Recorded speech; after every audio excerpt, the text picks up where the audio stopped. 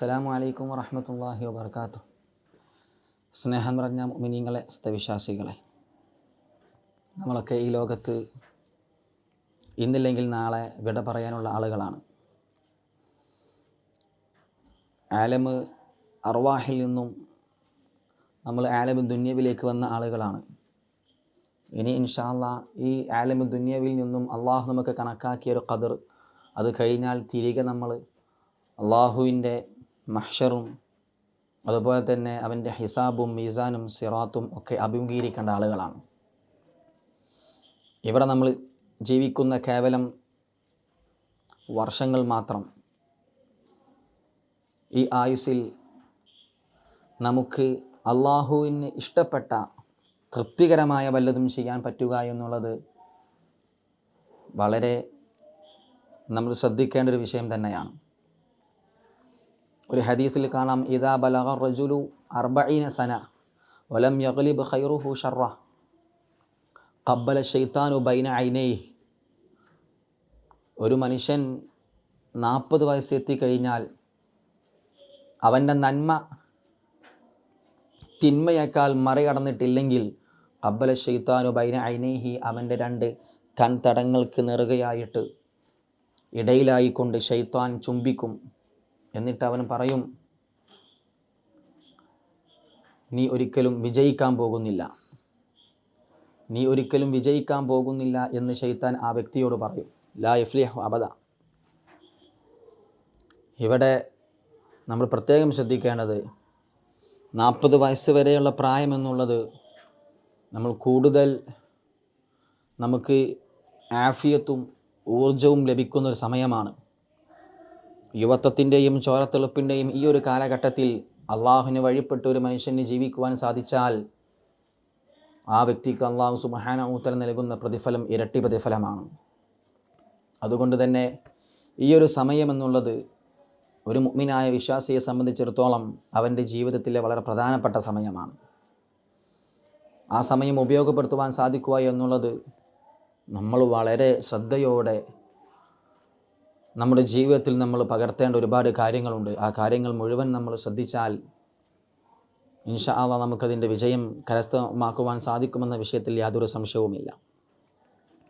മറ്റൊരു ഹദീസിൽ കാണാം, 40 വയസ്സെത്തിയിട്ടും അവൻ്റെ നന്മ തിന്മയേക്കാൾ മുൻകടന്നിട്ടില്ലെങ്കിൽ ഫൽ യതജഹസ് ഇലന്നാർ, അവൻ നരകത്തിലേക്ക് തയ്യാറായി കൊള്ളട്ടെ എന്ന് ഷഫീഉനാ മുഹമ്മദ് റസൂലുള്ളാഹി സ്വല്ലല്ലാഹു അലൈഹി വസല്ലം. അതുകൊണ്ട് വളരെ നമ്മൾ പേടിക്കേണ്ട ഒരു സമയം തന്നെയാണ് ഈ പറയപ്പെട്ട സമയം എന്നുള്ളത്. നമ്മൾ മരിക്കുന്ന സമയത്ത് 4 ആൾ നമ്മളെപ്പറ്റി നല്ലത് പറയണമെങ്കിൽ മറ്റുള്ളവർക്ക് നന്മ ചെയ്ത് ജീവിക്കാൻ നമ്മൾ തയ്യാറാവണം. വെറും ഫിത്നയും ഗീബത്തും നമീമത്തും പറഞ്ഞ് നമ്മുടെ ജീവിതത്തെ നരകക്കുണ്ടിലേക്ക് തള്ളിവിടുന്നൊരവസ്ഥ മഅദല്ലാഹ്, അല്ലാഹു സുബ്ഹാനഹു വ തആല കാക്കുമാറാകട്ടെ, ഉണ്ടാവാൻ പാടില്ല. ഞാനടക്കമുള്ള ആളുകൾ ശ്രദ്ധിക്കേണ്ടതാണ്. നമ്മുടെ ജീവിതത്തിൽ മറ്റുള്ളവർക്ക് എന്തെങ്കിലുമൊക്കെ സഹായം ചെയ്യാനും നന്മ ചെയ്യാനും ഇസ്ലാം വളരെ പ്രോത്സാഹിപ്പിക്കുന്ന ഒരു രീതിയാണത്. ഒരു സഹാബി വന്ന് ചോദിക്കുന്നുണ്ട്, ഇസ്ലാമിൽ ഏറ്റവും അഫ്ളലായ അമലേതാണ്, ശ്രേഷ്ഠമായ അമലേതാണ്? ആ സമയത്ത് മഹാനായ റസൂലുള്ളാഹി സ്വല്ലല്ലാഹു അലൈഹി വസല്ലമ തങ്ങൾ പറയുന്നുണ്ട്, ഇദ്ഖാലു സുറൂറി ഫി ഖൽബിൽ മുഅ്മിൻ, മുഅ്മിനായ മനുഷ്യൻ്റെ ഖൽബിൽ സന്തോഷം ഉണ്ടാക്കുക എന്നുള്ളതാണ് ഒരു മനുഷ്യൻ ചെയ്യുന്ന ഏറ്റവും വലിയ അമൽ, ഏറ്റവും ഖൈറായ അമൽ. മഹാനായ ഹസനുൽ ബസ്രി റളിയല്ലാഹു തആല അൻഹു അദ്ദേഹത്തിന് ശിഷ്യന്മാരോട് പറയുന്നുണ്ട്, ഇന്ന നാട്ടിൽ ഒരാളുണ്ട്, നിങ്ങൾ അദ്ദേഹത്തെ പോയി സഹായിക്കണം. നിങ്ങൾ പോകുന്ന സമയത്ത് എൻ്റെ ശിഷ്യനായ സാബിത്തുൽ ബുനാനിയെ നിങ്ങൾ കൂട്ടണം. അങ്ങനെ ഇവർ സാബിത്തുൽ ബുനാനി റളിയല്ലാഹു തആല അൻഹുവിനെ പോയി വിളിക്കുകയാണ്. അങ്ങനെ അദ്ദേഹം പള്ളിയിൽ ഇഅ്തികാഫിരിക്കുകയാണ്. ആ സമയത്ത് അദ്ദേഹം പറഞ്ഞു, ഞാൻ ഇഅ്തികാഫിലാണ്, എനിക്കിപ്പോൾ വരാൻ സാധിക്കൂല എന്ന് പറഞ്ഞപ്പം തിരിച്ച് ആ വിവരം മഹാനായ ഹസനുൽ ബസ്രി റളിയല്ലാഹു തആല അൻഹുവിനോട് വന്ന് പറഞ്ഞ സമയം മഹാനായ ഹസനുൽ ബസ്രി റളിയല്ലാഹു തആല അൻഹു തങ്ങൾ പറഞ്ഞു, നീ ഇപ്പോൾ ചെയ്യുന്ന പ്രവൃത്തിയേക്കാളും, അഥവാ അള്ളാഹുവിൻ്റെ ഭവനത്തിൽ നീ ഇഅ്തികാഫിരിക്കുന്ന ആ പ്രവൃത്തിയേക്കാളും പുണ്യമുള്ള പ്രവൃത്തിയാണ് മറ്റൊരു ആളെ സഹായിക്കുക എന്നുള്ളത്. ഒരു രോഗിക്ക് വേണ്ട പരിചരണം ചെയ്തു കൊടുക്കലും അദ്ദേഹത്തിന് വേണ്ട കാര്യങ്ങൾ ശുശ്രൂഷകൾ ചെയ്യുക എന്നുള്ളതും പ്രയാസം അനുഭവിക്കുന്ന ആളെ പ്രയാസം നീക്കിക്കൊടുക്കുക എന്നുള്ളതും അദ്ദേഹത്തിന് വേണ്ട സഹായങ്ങൾ ചെയ്തു കൊടുക്കുക എന്നുള്ളതും മഹാനായ റസൂലുള്ളാഹി സ്വല്ലല്ലാഹു അലൈഹി വസല്ലമ തങ്ങൾ തന്നെ അവിടുന്ന് വിശദീകരിച്ചതായി കാണാമല്ലോ.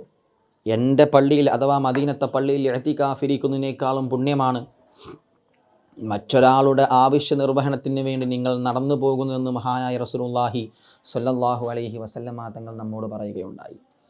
വേറൊരു ഹദീസിൽ കാണാം 10 വർഷം ഇഅ്തികാഫിരിക്കുന്നതിനേക്കാളും പുണ്യമാണ് മറ്റൊരാളെ സഹായത്തിന് വേണ്ടി നമ്മൾ നടന്നു പോവുക എന്നുള്ളത്, അദ്ദേഹത്തെ സഹായിക്കുക എന്നുള്ളത്.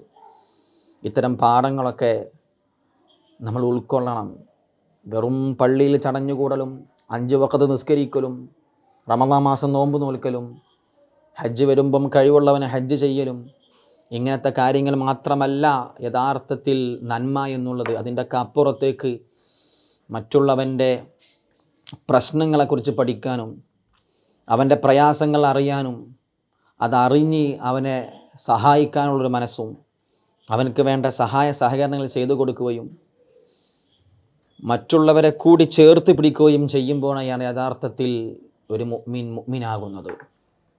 അല്ലാഹു ഫി ഔനിൽ അബ്ദി മാ കാനൽ അബ്ദു ഫി ഔനി അഖീഹി. തൻ്റെ സഹോദരനെ നീ സഹായിക്കുന്ന കാലത്തോളം അള്ളാഹു നിന്നെ സഹായിച്ചു കൊണ്ടിരിക്കുമെന്ന് ഷഫീഉനാ മുഹമ്മദ് റസൂലുള്ളാഹി സ്വല്ലല്ലാഹു അലൈഹി വസല്ലം. അതുകൊണ്ട് മരിക്കുന്നതിന് മുമ്പായിട്ട് നമ്മെപ്പറ്റി 4 ആളുകൾ നല്ലത് പറയണമെങ്കിൽ മറ്റുള്ളവർക്ക് നന്മ ചെയ്ത് ജീവിക്കാൻ നമ്മൾ തയ്യാറാവണം. ഇവിടുന്ന് പോകുമ്പോൾ നമ്മളൊന്നും കൊണ്ടുപോകുന്നില്ല. 3 കഷ്ണം തുണിയാണ്. അതെന്നെ സ്വന്തമായി ചിലവിൽ നമുക്ക് വാങ്ങാൻ കഴിയുമോ എന്നൊന്നും പറയാൻ തന്നെ സാധ്യമല്ല. അതുകൊണ്ട് നമ്മൾ ഈ ഉണ്ടാക്കി വെച്ച സമ്പത്തുകൾ മുഴുവനും നാളെ നമ്മെ തനിച്ചാക്കി പോകും. അതിനെ ഇവിടെ ഒഴിവാക്കിയാൽ നമ്മൾ യാത്ര പോകുന്നത്. ആരും തന്നെ താൻ സമ്പാദിച്ച മുഴുവൻ സമ്പത്തും കൊണ്ടുപോകുന്നില്ല. അതുകൊണ്ട് ആ സമ്പത്ത് നമ്മൾ ജീവിതകാലത്ത് നല്ല നിലക്കത് ഉപയോഗപ്പെടുത്തിയാൽ ഇൻഷാ അള്ളാഹ് മരണസമയത്ത് മരിച്ചാലും നമുക്കതിൻ്റെ പ്രതിഫലം ലഭിച്ചുകൊണ്ടേയിരിക്കും.